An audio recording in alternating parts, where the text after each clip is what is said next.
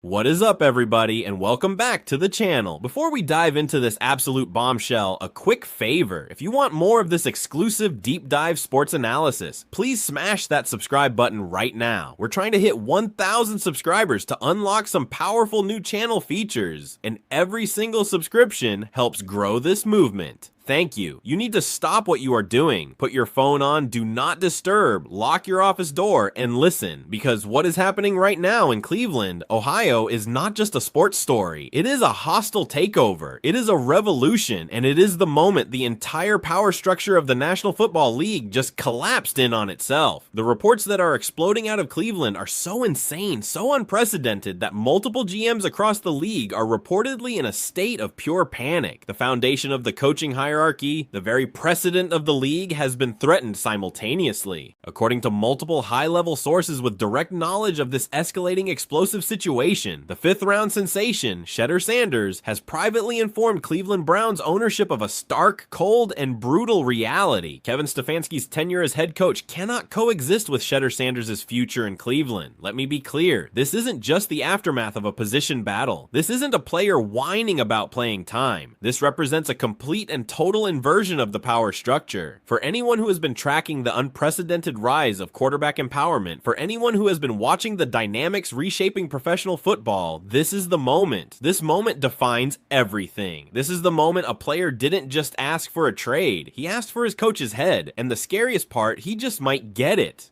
To understand the sheer audacity, to understand the gall of what just happened, you have to understand the timeline. This timeline matters enormously. Let's rewind just 3 weeks. 3 weeks ago, Kevin Stefanski, in a move that baffled everybody, publicly benched Shedeur Sanders during the crucial preseason finale. This was despite Shedeur having what insiders called an exceptional week of practice. The official explanation from Stefanski was a masterclass in coach speak. He cited developmental considerations and a competitive evaluation process.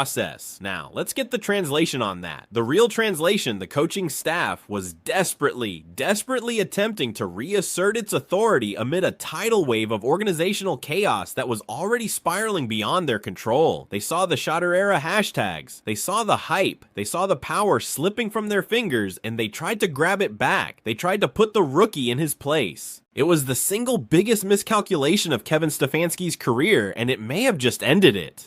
In public, Shedeur responded with the polish of a 15-year veteran. He was a professional through all media channels. He maintained his composure during those mandatory awkward appearances. He delivered diplomatically crafted responses about trusting the process and getting better every day. But according to insiders, sources extremely close to the quarterback's inner circle, a volcano of fury was simmering just beneath that polished million-dollar exterior. The disrespect was noted. The public attempt to humble him was seen as an act of war. Sources described late-night strategy sessions involving his agents at SMAC, his high-powered marketing representatives, and a team of legal counsel, all discussing nuclear options. That phrase keeps surfacing in every report. Nuclear options. Everyone in the league understands the implications. A trade demand would have been a firecracker. What Shedeur just did was launch the nuke. Fast forward to yesterday afternoon. This is the scene of the crime. A private meeting, a top-secret summit reportedly occurred inside owner Jimmy Haslam's personal multi-million-dollar office suite. Let's look at the attendees, because this is the whole story in the room. Jimmy Haslam himself, the billionaire owner, Shedeur Sanders, his super agent, Brandon Brown, and according to two sources, a senior football operations executive from Nike. Now, look at who wasn't invited. Look at who was left sitting in their offices completely in the dark. Kevin Stefanski, general manager Andrew Berry, the offensive coordinator, the entire traditional football operations personnel completely excluded from a conversation that would directly impact the franchise quarterback, the head coaching position, and the entire future and direction of the organization. That exclusion, that single act, reveals everything about the current power dynamics in Cleveland. The football guys are no longer in charge. The business guys are. Multiple league sources, people who were briefed on this meeting, described the contents using the exact identical language. An ultimatum was delivered. It was delivered professionally. It was delivered calmly, but it was delivered unmistakably. Shedeur Sanders, the 23-year-old rookie, allegedly presented a comprehensive, damning case. He documented a clear pattern of undermining behavior. He cited public disrespect, pointing directly to the preseason finale benching, and he laid out strategic disagreements that he argued are fundamentally incompatible with championship aspirations. But here's where this story transcends anything we have ever seen in the history of professional football. This is where it stops being a typical player-coach tension and becomes a corporate assassination. Shedeur Sanders reportedly backed up his demands with data. He didn't walk in there and throw a fit. He didn't threaten. He didn't scream. He walked in with a business case. He allegedly brought a full-blown PowerPoint presentation. He showed Jimmy Haslam the cold, hard mathematical facts. He presented the Nielsen ratings for Browns preseason games, showing the massive spike in viewership during the quarters Shedeur was on the field versus the cratering numbers when he was on the bench. He presented the social media engagement metrics, comparing the team's own generated content against the viral explosion of any post that simply mentioned his name. He showed them that he as an individual had a greater media reach than the entire Cleveland Browns organization combined. He had Nike's senior executive right there with him, who reportedly presented internal projections regarding jersey sales, endorsement valuations, and future brand partnership opportunities, all contingent upon Shedeur's prominent role as the face of the franchise. He showed them the merchandise revenue differentials, the ticket sales correlations, the television audience demographics. One executive who is familiar with the specifics of that presentation stated it bluntly. He said, and I quote, "Shedeur walked in with a PowerPoint presentation demonstrating his economic value to the Cleveland Browns organization exceeds Kevin Stefanski's by every measurable metric. He didn't threaten. He presented a business case." That's what made it so effective and so terrifying. The leverage calculation here is undeniable, and it is completely, utterly, earth-shatteringly unprecedented. Think about it. The traditional rookie quarterback arrives hoping for an opportunity. He's grateful for the selection. He accepts the developmental timeline that is established by the coaching staff. He carries the veterans' bags and keeps his mouth shut. Shedeur Sanders did not arrive differently. He arrived in a different dimension. He arrived complete with his own documentary crew, well-off media, chronicling his every move. He arrived with a multi-million-dollar endorsement portfolio that he had before he ever signed his NFL contract. He arrived with a social media following that exceeds most Pro Bowl veteran quarterbacks. And most importantly, he arrived with a father who possesses a megaphone so loud it can amplify every perceived slight into a national news story. This isn't arrogance. Get that out of your head. This represents a new economic reality, a reality where individual player brands can and do potentially outvalue the organizational brands they play for. And here's the absolute crux of the issue: Nike. Nike does not invest nine-figure partnerships into quarterbacks because they expect them to get clipboard duty. They don't make that bet hoping for a developmental year. They demand visibility. They demand prominence. They demand marketability. They demand maximization of their asset. Kevin Stefanski, by benching Shedeur, wasn't just disrespecting a rookie. He was disrespecting a nine-figure corporate partner. He was disrespecting Nike. And Nike in that meeting showed up to remind Jimmy Haslam, who really signs the checks. Shedeur Sanders, make no mistake, understands these leverage dynamics better than executives twice his age. He didn't just walk in there as a football player. He walked in there as a CEO. The social media eruption that followed was predictable, yet absolutely spectacular. Within 90 minutes of the initial report surfacing, which started as just a cryptic tweet from a prominent NFL insider, hashtags just exploded across every platform. The #1 trend in the United States, "You fire Stefanski." It accumulated over 400,000 mentions within 4 hours. #2 trend, "Shedeur era." It trended nationally. It trended internationally. #3, there's Browns in chaos. This became the darkly comedic rallying point for a frustrated fan base that is just exhausted by decades of the same organizational dysfunction. The fan-generated content was a tidal wave.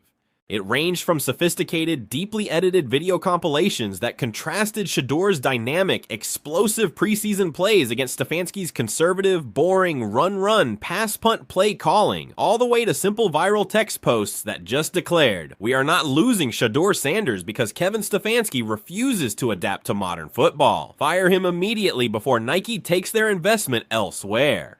This discourse, this explosion, reveals a fascinating and deep cultural divide, not just within the Browns fan base, but within football culture in general. On one side, you have the traditional football purists, the old guard, and they are expressing horror at player empowerment reaching these unprecedented levels. One viral comment on a sports forum encapsulated this sentiment perfectly. It said this represents everything wrong with modern sports. A rookie quarterback dictating coaching decisions is unacceptable. Stefanski should bench him permanently, establish authority regardless of the consequences. But these voices, these old world voices, are being drowned out by a younger, more powerful demographic. A demographic that is embracing player empowerment. They are celebrating Shedeur's willingness to challenge these outdated hierarchies. They don't see an arrogant rookie, they see a necessary overdue correction against coaching incompetence. Consider the demographics that underlie this support. Shedeur's Instagram following, which is in the millions, skews dramatically younger. According to social analytics, 73% of his followers are under the age of 34. These are not just fans, these are consumers. They represent the future of sports consumption. They are the future of merchandise purchasing. They are the future of subscription service adoption. They don't remember the Browns' glory years because those years have never existed in their lifetime. They don't revere coaching authority because for their entire lives, they have watched coaching mediocrity in Cleveland produce nothing but disappointment. They don't care about the way it used to be. They want star power, they want entertainment value, and they want winning football. From their perspective, Shedeur Sanders delivers all three. Kevin Stefanski delivers none.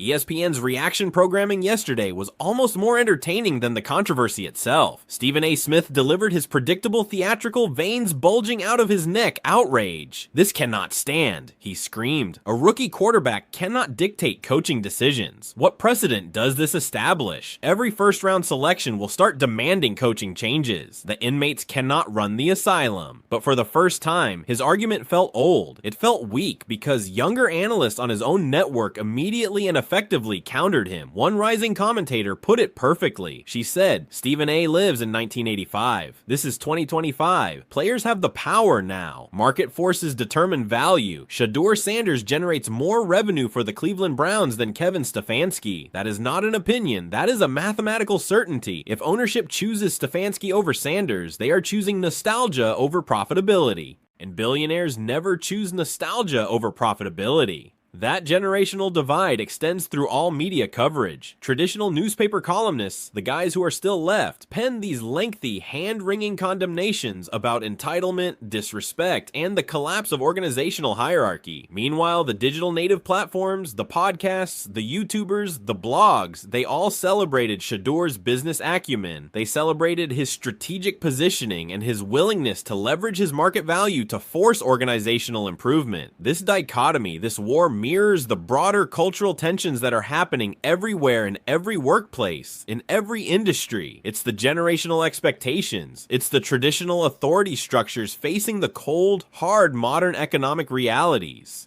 But now, let's examine Kevin Stefanski's impossible position in all of this, because he is in some ways a tragic figure here. Since arriving in Cleveland, he's navigated ownership interference. He's navigated endless quarterback controversies. He's navigated unrealistic expectations with a remarkable consistency. He won Coach of the Year. He has produced winning seasons despite the organizational chaos. He has developed young talent. He has maintained a professional demeanor amid constant relentless criticism. And now he faces a termination threat, not because he lost the team, not because he's a bad coach, but because a rookie quarterback backed by a corporate behemoth has demanded his removal. Sources close to the coaching staff, the guys who are not invited to these meetings, describe Stefanski as devastated, furious, and above all, betrayed. One assistant coach allegedly told a reporter, "Kevin gave this kid every opportunity. He brought him along properly. He was protecting him from the media pressure, and this is the gratitude demanding his termination." This is where the whispers start. This is the part Stefanski supporters are pushing back with. They emphasize the uncomfortable truths. They say Shedeur's statistical production, while it looked impressive, occurred predominantly against backup defenses. It happened in preseason games. It happened in garbage time situations. They whisper that his decision-making under real pressure remains unproven. They whisper that his tendency to abandon the designed play for improvisation, while exciting, creates sustainability concerns for a 17-game season, and here is the biggest whisper of all. They claim his film study habits reportedly lag far behind expectations despite the public image he projects. And worse, they privately question his coachability. During film sessions, he allegedly challenges corrections, he defends his mistakes, he occasionally dismisses the strategic explanations from coaches with 20 years of NFL experience. Not through overt yelling disrespect, but through a subtle, quiet resistance that completely undermines the developmental process. One offensive assistant supposedly confided to a friend, he thinks he's already figured out professional football because he watched his father play. That confidence becomes arrogance, and it's preventing him from genuine improvement.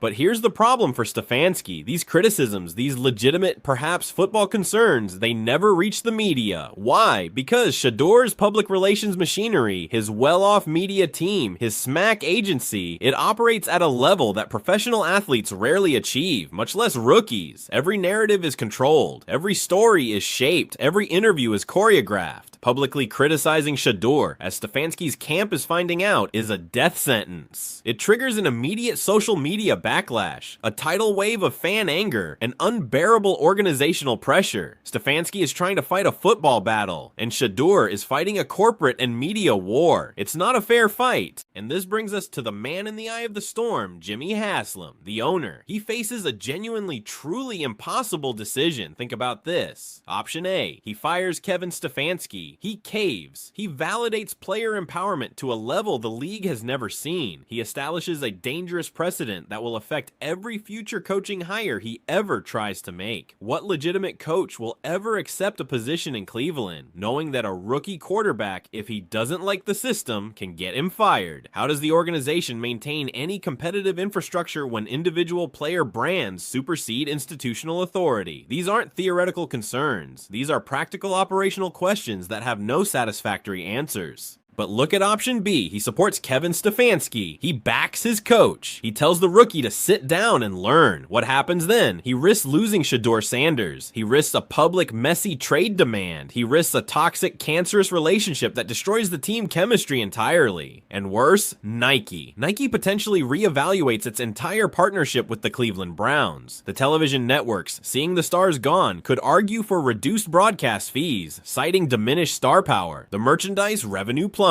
The season ticket renewals decrease. The economic consequences of losing Shedeur Sanders, the golden goose, potentially exceed the cost of a coaching transition by a substantial margin. It's a billion-dollar mistake. League executives, GMs, and other owners are observing this situation with a mixture of fascination and pure unadulterated horror. One GM stated anonymously, "Every owner in this league is watching Cleveland closely because this could happen anywhere now. Player empowerment has reached the tipping point. The traditional coach-player hierarchy that sustained professional football for decades is collapsing. It's collapsing in real time, and we are all unprepared for the implications." Another front office executive added, "Shedeur Sanders isn't the problem. He's the symptom. We, the league, we created the economic conditions where individual athletes generate revenue streams completely independent from the teams that employ them. That independence fundamentally alters the power dynamic. Cleveland just happens to be ground zero for the explosion."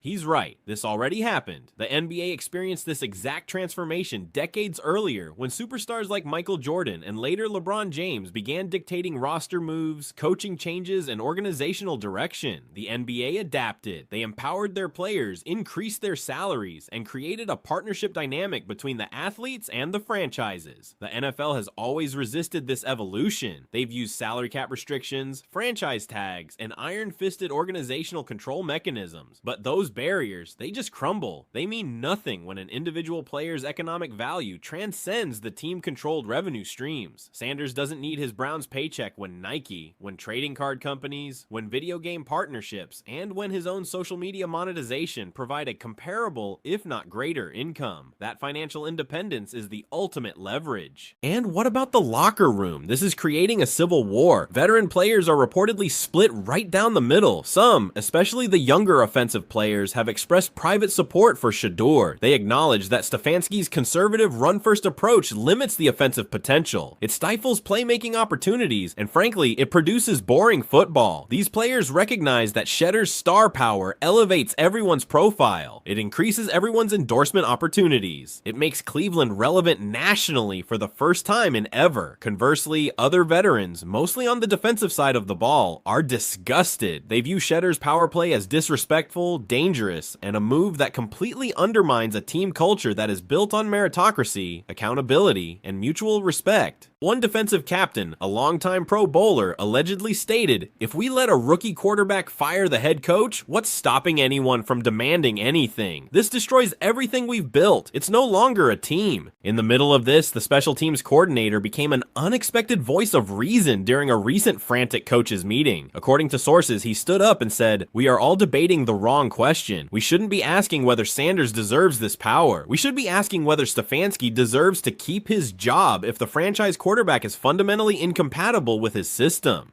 Maybe Sanders is right. Maybe Kevin's approach doesn't maximize modern quarterback talent. Maybe we're just defending an outdated methodology because we're uncomfortable acknowledging that the game has evolved. That perspective is a minority opinion, but it is gaining traction. Stefanski represents the old guard, mastering the previous era's requirements. Sanders embodies the new era, demanding a different approach. Perhaps Cleveland's choice isn't between right and wrong. It's between the past and the future. But don't ever overlook what makes this situation absolutely 100% unprecedented. The timing. This ultimatum, this demand, this business presentation was allegedly delivered before Shedeur Sanders has started a single regular season game, before he has faced one legitimate game-planning NFL defensive coordinator, before he has proven his sustainability. He is leveraging his market position, his brand power, and his fan support to terminate a head coach before he has even played a meaningful snap. That is not just confidence. That is a calculated, sophisticated, and ruthless business strategy.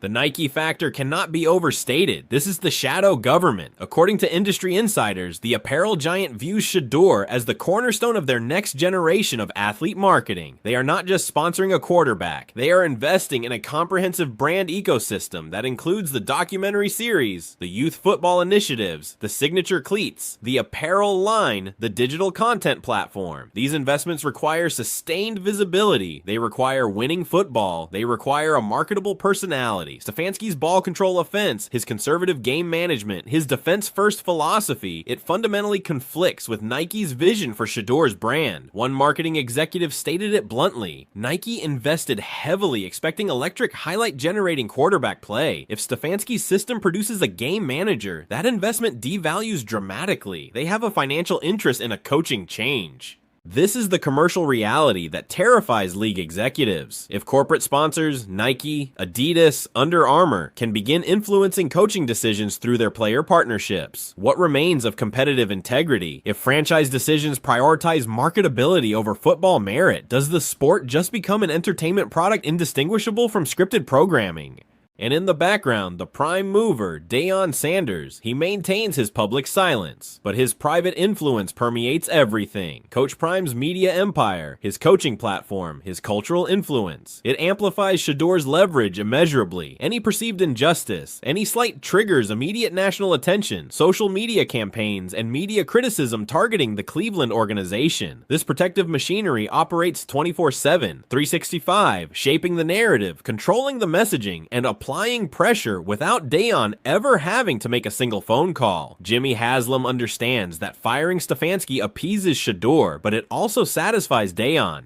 For the Browns fanbase, this is just a familiar agony, but with an unprecedented, bizarre twist. They've endured decades of coaching failures, quarterback disappointments, and organizational dysfunction, but never has a potential franchise quarterback demanded a coaching change before playing a single real game. The sheer audacity of it simultaneously thrills and terrifies them. One popular fan podcast host stated it best: "Part of me loves Shedeur's confidence. Part of me thinks he's an unproven kid who is overstepping his boundaries. But honestly, I'm just exhausted. I just want winning football. If firing Stefanski achieves that, fine. If keeping Stefanski works, fine. Just win games for once."